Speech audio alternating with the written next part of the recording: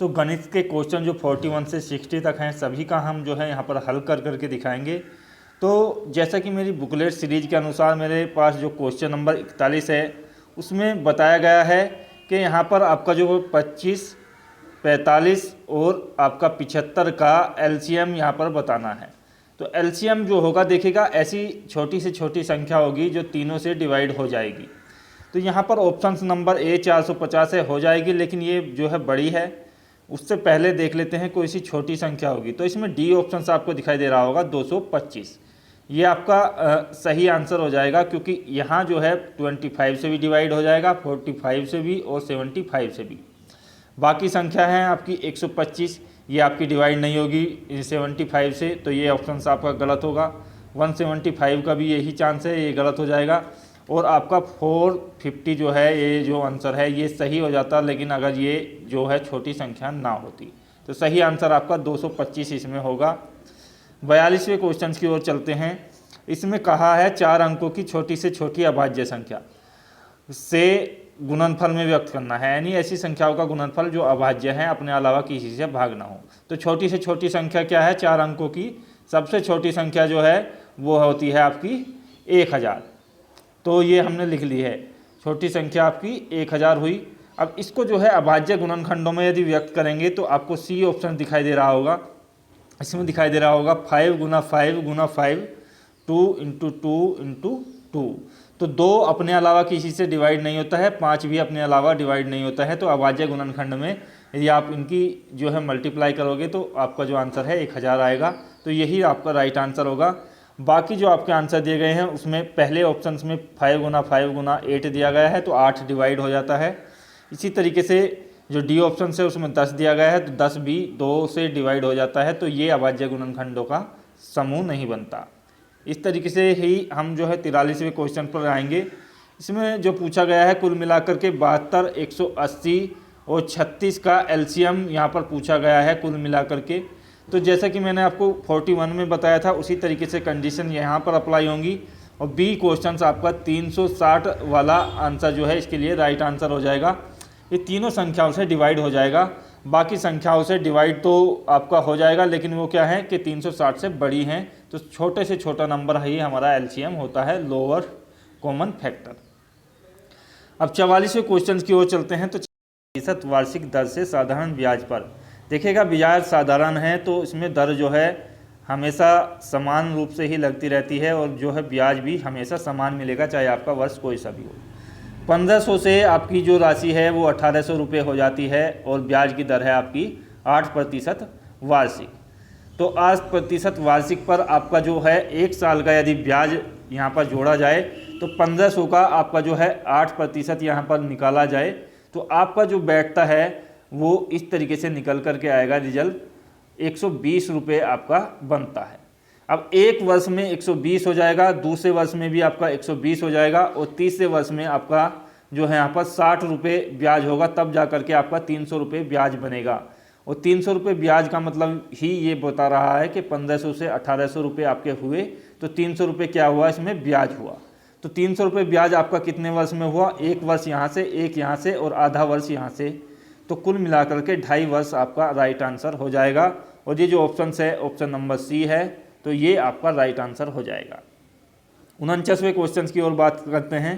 तो दुकानदार को है 20% की घटोतरी करते हैं साइकिल की कीमत में, और 20% की उसकी मांग में बढ़ोतरी हो जाती है, तो क्या असर उसकी इनकम पर पड़ेगा कुल मिलाकर के? तो 20% की घटोतरी का मतलब है माइनस, और 20% की जो बढ़ोतरी हुई है वो खरीदारी में, तो वो हो जाएगी आपकी प्लस। और प्लस और माइनस का जो चिन्ह आएगा वो देखेगा, प्लस और माइनस की जब गुना करते हैं तो माइनस का चिन्ह आएगा, और इसकी गुना की जाए और इसको जो है 100 से डिवाइड किया जाए, तो ये फॉर्मूले के तहत आपका क्वेश्चन हो जाता है। प्लस 20 से माइनस 20 घट जाएगा, बिल्कुल 0 हो जाएगा, और यहाँ से आपका जो आंसर बचेगा वो मल्टीप्लाई करने पर -400 अपॉन 100 बचेगा। तो माइनस के 4 हमें जो है आंसर के रूप में प्राप्त हुआ। माइनस का मतलब ये है कि कमी इसको आप बोल सकते हैं, या इसको हानि आप बोल सकते हैं। तो ये राइट आंसर हो जाएगा आपका ए ऑप्शन। 50वें क्वेश्चन की यदि बात की जाए तो इसमें सरल कुछ करना है। 50 को 20 को भाग दिया गया है 5 से, फिर भाग दिया गया है 2 से, इस तरीके का है। तो इसमें चिन्हों का विशेष ध्यान रखना है। आंसर आपका 16 आ जाएगा और ये सी ऑप्शन आपका हो जाएगा, बिल्कुल आसानी से हो जाएगा, कोई दिक्कत इसमें किसी को नहीं है। ये आपने कमेंट्स में भी ऐसा नहीं पूछा है। अगला जो क्वेश्चन है 51वां, इसमें 600 रुपये की राशि है, 4 वर्ष में 720 रुपये हो जाती है। 600 रुपये की आपकी जो है मूलधन की राशि है, जिसको आप मूलधन बोलते हैं, और ब्याज आपको मिला है 120 रुपये, तो ये हो जाती है आपकी कुल मिलाकर के 720 रुपये। तब जा करके आपकी जो है यहाँ पर बात कही गई है। और ब्याज की दर में आपकी जो है यहाँ पर प्लस कर दिया गया है 2% वार्षिक। तो अब जो है वो राशि कितनी हो जाएगी, तो देखिएगा पहले जो है 4 वर्ष का आपको टाइम दिया गया था, तो 4 वर्ष में 120 रुपये का मतलब ये है कि इस पर जो ब्याज लग रहा था वो निकल करके आएगा आपका 5%, और अब जो नई दर होगी वो 5 + 2 आपकी जो हो जाएगी 7%। तो 7% को आप ऐसे निकालेंगे, मूलधन गुना दर और गुना समय अपॉन आपका जो हो जाता है वो हो जाता है 100। तो कुल मिलाकर के यहाँ पर जो आपकी राशि निकल करके आएगी वो आएगी यहाँ पर 168 रुपये, और ये जो 168 है आप जो है 600 में प्लस करोगे तो ये आपका निकल करके आ जाएगा 768 रुपये। इसका राइट आंसर आपका हो जाएगा। 52वें क्वेश्चन की ओर चलते हैं। 52वें क्वेश्चन में आपसे पूछा गया है कि 2 सही 3/4 मीटर लंबा एक तार है, उसको 2 भागों में टूटा गया है और बड़े भाग एक भाग दूसरे भाग से 5/8 मीटर बड़ा है। तो 5/8 मीटर यानी कि बड़ा है या ज़्यादा है, बात एक ही है। तो ये जो है पहले हम इसी में से घटाएंगे, तो इसको जो है सही तरीके से हम सही फॉर्म में लेकर के आएंगे। तो ये आपका निकल करके आ जाएगा 11/4 - 5/8। तो रिजल्ट जो निकल करके आएगा जब इसको कैलकुलेट करेंगे तो आपका आ जाएगा 17/8। अब 17/8 को 2 भागों में डिवाइड करना है, तो एक भाग का हमें पता चल जाएगा, वो आपका हो जाएगा यहाँ पर देखिएगा, वो निकल करके जो आपका राइट आंसर आएगा उसमें आपका निकल करके यहाँ पर आ जाएगा 17/16, यानी कि एक भाग आपका इतना है। और दूसरा भाग आपका जो है बड़ा भाग जो आएगा वो 17/16 को जब आप इसमें 5/8 जोड़ दोगे तो आपका राइट आंसर आ जाएगा। तो कुल मिलाकर के आपका जो राइट आंसर आ जाएगा वो यहाँ पर ये आएगा कि आपका जो राइट आंसर है वो निकल करके आएगा 1 सही 11/16। नेक्स्ट क्वेश्चन है आपका जो राइट आंसर के बाद 53वां, उसमें पूछा गया है एक शीशे के घन को 6 सेंटीमीटर की 27 एक समान घन बनाए गए। तो 6 × 6 × 6 ये क्या होता है, घन का आयतन होता है, और 27 घन बनाए गए हैं।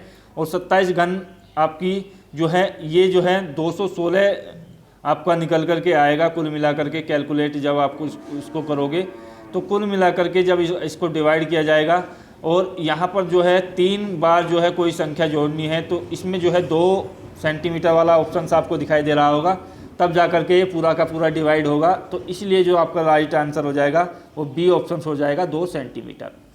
अब बात करते हैं 55वें क्वेश्चन की। तो यहाँ से आपसे पूछा गया है 2100 का आपका जो है अभाज्य गुणनखंड में आपको जो है व्यक्त करना है। तो इसमें आपको सी ऑप्शन दिखाई दे रहा होगा, केवल यही एक ऑप्शन है जिसमें अभाज्य गुणनखंडों का आपको कॉलम दिया गया है, और इसमें कोई भी संख्या जो है किसी भी संख्या से भाग नहीं होती है अपने अलावा, बाकी तीनों ऑप्शंस में भाग हो जाती है। तो यही आपका राइट आंसर हो जाएगा।